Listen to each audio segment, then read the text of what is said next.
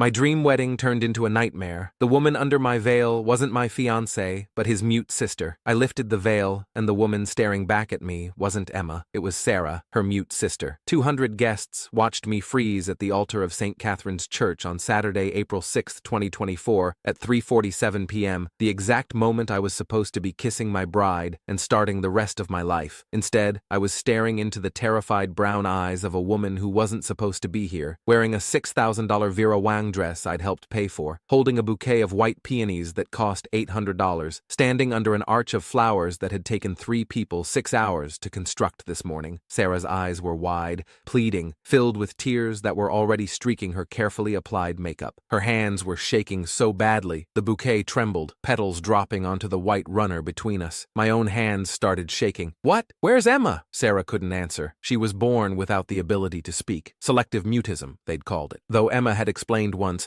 that it was more complicated than that. Something about her vocal cords never developing properly. She just shook her head frantically, more tears spilling down her cheeks, her mouth opening and closing soundlessly, like she was trying to force words that wouldn't come. I looked past her to Emma's parents in the front row. Her mother, Margaret, was crying into a handkerchief. Not happy tears, I realized now, but something else. Something that looked like guilt. Her father, Richard, looked away when our eyes met, his jaw clenched, his face red. "Someone tell me what's happening." My voice came out louder than I'd intended, echoing through the church, making people shift in their seats. "Right now, someone explain this to me." The officiant, Pastor Michael, who'd known Emma's family for 20 years and had counseled us through our premarital sessions, stepped back, his hands raised slightly, confusion written across his face. The organ music that had been playing softly cut off abruptly, leaving only silence and the sound of 200 people barely breathing. Then I heard it, a phone buzzing in Sarah's bouquet. She fumbled with the flowers, nearly dropped them, pulled out an iPhone with a cracked screen. Her phone, I recognized it from family dinners, from the way she used it to communicate everything she couldn't say out loud. She turned it toward me. A text message filled the screen, from Emma. "I'm sorry, I can't do this. Sarah will explain everything. Please don't hate me." My stomach dropped. The church felt suddenly too hot, too small, the walls pressing in. "Explain? She's mute. How is she supposed to explain?" Sarah was already typing, her fingers flying across the screen with desperate speed. She turned the phone back to me, and I read words that made the floor tilt beneath my feet. "Emma left last night. She's with Marcus. They've been together for 6 months. She couldn't face telling you. Asked me to take her place so you wouldn't be humiliated in front of everyone. I'm so sorry. I didn't want to do this." Marcus, my best man, the guy I'd known since college, who'd helped me pick out the engagement ring, who'd thrown my bachelor party, who'd stood beside me through every major moment of my adult life. Marcus, who wasn't standing at the altar with the other groomsmen. Marcus, whose spot beside me was conspicuously empty. I looked at the groomsmen, my brother Jake, my college roommate David, my cousin Tom, Emma's brother Chris. "Where's Marcus?" They all found the floor fascinating. Shoes, carpet, anything but my eyes. Jake finally spoke, his voice barely audible. "He texted this morning, said he was sick, food poisoning or something." "He's not sick." The words came out flat, dead. "He's with my fiancé." Gasps rippled through the crowd. Someone's phone clattered to the floor. Emma's mother let out a sound that might have been a sob. I heard my own mother crying somewhere behind me, heard my father's sharp intake of breath.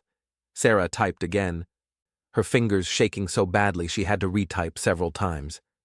I tried to tell her not to do this. I begged her, but she said you'd understand eventually, that you'd see it was for the best, that this way you wouldn't be embarrassed. Wouldn't be embarrassed? My voice was rising now, control slipping. I'm standing at the altar with the wrong woman, in front of 200 people. How is this less embarrassing? Sarah's mother, Margaret, stood up, her handkerchief pressed to her mouth. "We tried to stop her, Daniel. We did. But Emma was so insistent. She said you were a good man, that you'd forgive her, that you'd understand she was just scared of commitment and needed time. A good man." I repeated the words like they were foreign. "So she sent her sister to marry me instead?" The church had erupted in whispers now. Phones were coming out. I could see them, dozens of screens lighting up, cameras turning on. By tonight, this would be everywhere. Facebook, Instagram, TikTok. The story of the guy whose bride ditched him at the altar and sent her mute sister as a replacement. I pulled out my phone. Called Emma, straight to voicemail, her voice cheerful and bright. "Hey, you've reached Emma. Leave a message." Like nothing was wrong. Like she hadn't just destroyed our wedding day. Called Marcus. Same thing. Voicemail. His voice. "Marcus here. You know what to do." I'd left him dozens of messages over the years about basketball games and weekend plans and whether he wanted to grab drinks. Never about stealing my fiancé. I looked at Sarah, really looked at her terrified face, tears still streaming, makeup ruined, wearing a dress that wasn't meant for her, holding flowers she shouldn't be holding, standing in a place she never wanted to be. At the elaborate dress Emma was supposed to be wearing, the dress we'd spent hours choosing together, the one she'd cried over when she tried it on because it was perfect, because she couldn't wait to marry me in it. At the flowers, the decorations, the unity candle we were supposed to light together, the cake in the reception hall, 3 tiers, vanilla with raspberry filling, topped with sugar flowers that cost $200, the DJ, the photographer currently capturing all of this, the videographer whose camera was still rolling, $40,000. That's what we'd spent. What I'd spent mostly, since Emma's writing career hadn't taken off yet, and my software engineering salary covered most of our expenses. $40,000 for a wedding to a woman who couldn't even show up. My hands stopped shaking. Something cold and hard settled in my chest, pushing out the panic, the humiliation, the hurt. Clarity arrived like ice water. I turned to face the crowd, 200 faces staring back at me. Family, friends, co-workers, Emma's entire social circle. My voice, when I spoke, was steady, calm. The kind of calm that comes after everything has already broken. For those who don't know, my fiancée Emma has decided not to attend her own wedding today. She's currently with my best man, Marcus Chen. They've been having an affair for 6 months. More gasps. Sarah's mother tried to stand again. I held up my hand. Instead of telling me herself or canceling the wedding like a normal person, she sent her mute sister Sarah to stand in for her at the altar. Because apparently, that's less humiliating than just calling off the wedding. I looked directly at Emma's father. Did you know about this? About the affair? His face, red, ashamed, unable to meet my eyes, answered for him. You all knew. I scanned the front rows, saw the guilt written across Emma's relatives, her close friends who were suddenly very interested in their shoes. Some of you knew, and nobody said anything. Nobody called me. Nobody sent a text. You were all just going to let me stand here and find out like this.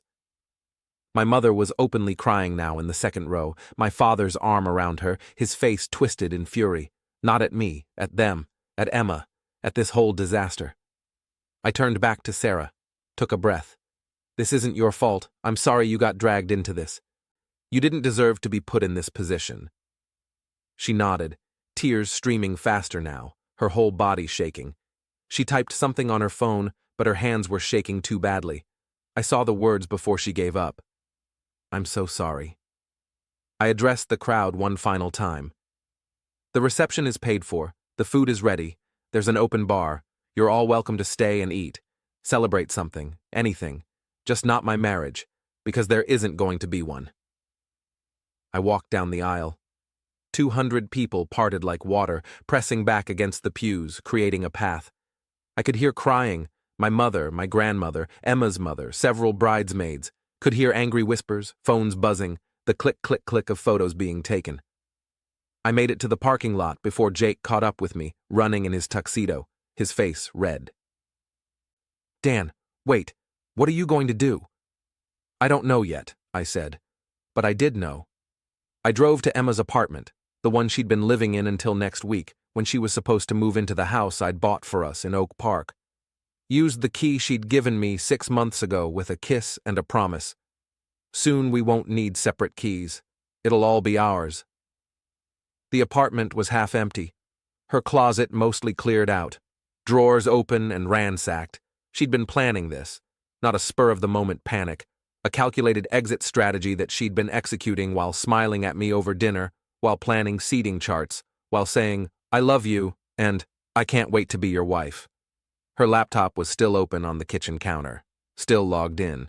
She'd always been careless about security, had never changed her passwords even when I'd suggested it, had laughed and said, I trust you. I opened her email, went to her sent folder, started scrolling, found what I was looking for in an email to Marcus from 3 weeks ago. March 15th, 3 weeks before our wedding. Subject line, I can't do this anymore. The body of the email was worse. I can't wait any longer. Let's just go. Tomorrow. Next week. I don't care. We'll figure out the wedding later. Cancel it, postpone it, whatever. Daniel will understand eventually. He's too nice to stay mad. That's the problem, actually. He's too nice, too understanding, too stable. I love him, but I'm not in love with him. Not like I am with you. You make me feel alive. He makes me feel safe, and that's not the same thing. I need alive. I need you. Let's just run. Too nice to stay mad. I stared at those words until they blurred, read them again. Then I forwarded the email to myself, then to every single person on our wedding guest list, 200 email addresses that Emma had compiled in a spreadsheet, organized by table assignments for the reception. Every family member, every friend, every coworker, everyone who'd just watched me get humiliated at St. Catherine's Church. I added a subject line, "Why Emma didn't show up," in her own words. Hit send. My phone started buzzing immediately, then didn't stop. Texts exploding across the screen faster than I could read them, calls coming in, voicemails piling up. I turned it off, dropped it on Emma's counter, walked out, drove to the reception hall, the Riverside Ballroom, $8,000 rental fee, decorated with flowers and lights and a sweetheart table for two that would stay empty. Walked in to find half the guests already there. They'd taken me up on the invitation. Were eating the expensive catered food, drinking the open bar, standing in small groups, talking in urgent whispers.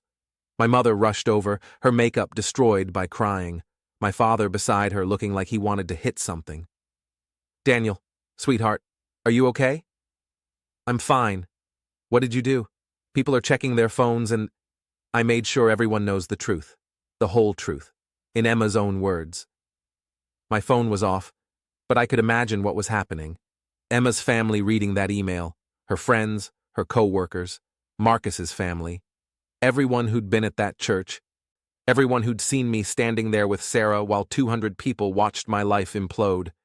They'd all know now that Emma hadn't just left me, that she'd been planning it, that she'd called me too nice to stay mad, that she'd sent her mute sister to take her place because she was too much of a coward to face me herself, that she'd been having an affair with my best man for 6 months while planning a wedding to me.